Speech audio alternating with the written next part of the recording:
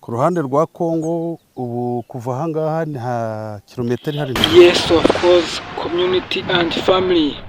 Yes, kora subscribe we ujye kuri channel bwa mbere kugira ngo utazajya ucikwa n'ibiganiro tuzajya tubagezaho. Yes, nk'ibisanzwe rero tugiye kuganira ku baturanyi bacu rwose bahirya bo muri Republic Democratic of Congo. Yes, muri demokarasi ya Congo rero ibintu byakomeye M23 ndetse na FARDC n'indi mitwe y'indi itandukanye ewana byakomeye. M23 yakamejeje kora subscribe tuzajya ucikwa n'ibihangano byacu. Ndaje mukanya mbereka ama video rwose ibintu biri kugenda 5 kwa 5 turakunda cyane. Yes, ni nyuma yaho M23 itangaje ko umuntu wese uri muri Goma ufite intwaro rwose agomba gushyira intwaro hasi, bitabaye byo ko iza kugendera saburi umwe wese uraza kuba ufite intwaro cyangwa se uraza kuyitaka.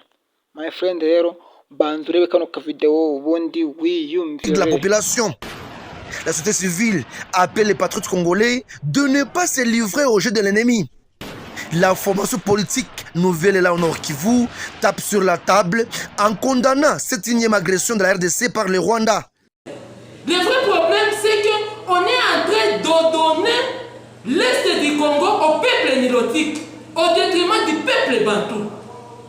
C'est pourquoi je dirais ceci à la population congolaise, de se réveiller.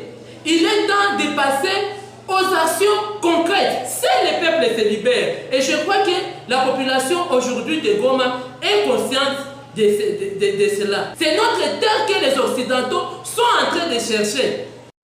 Notons que l'armée loyaliste poursuit l'ennemi. Amboso nk'uko mubyiyumviye rero ibintu byakomeye hariya Igoma rwose hariya muri Nord Kivu ibintu byakomeye byahinduye isura. So hagati aho rero hari n'impunzi za FARDC, abasirikare nyitu abasirikare 20 ba FARDC babonye iryo tangazo nyine itangazo M23 yamaze gutangaza, bamaze kuryumva bo bamanika amaboko rwose, bikaba rwose biri kuvuga ko rwose banahungiye hano mu Rwanda, bakaba baza rwose bakambika intwaro zabo hasi kugira ngo nyine babashe kwinjira mu gihugu, ko nta museka nyine wakwinjira mu gihugu yinjiranye intwaro, ntago ivyo bibaho. So rero nyine basirikare 20 bahungiye mu Rwanda, ba FARDC bashyira intwaro hasi nyine n'ibindi bisasu n'andi masasu yose bari bafite, barinjira nyine mu gihugu baza nyine nk'ibisanzwe.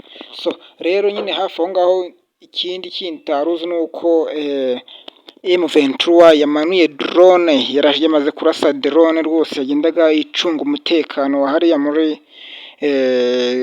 Goma, muri uriya mujyi wa Goma. Yamaze kumanura drone yaho rwose agendaga ifotora yarashayishyize hasi.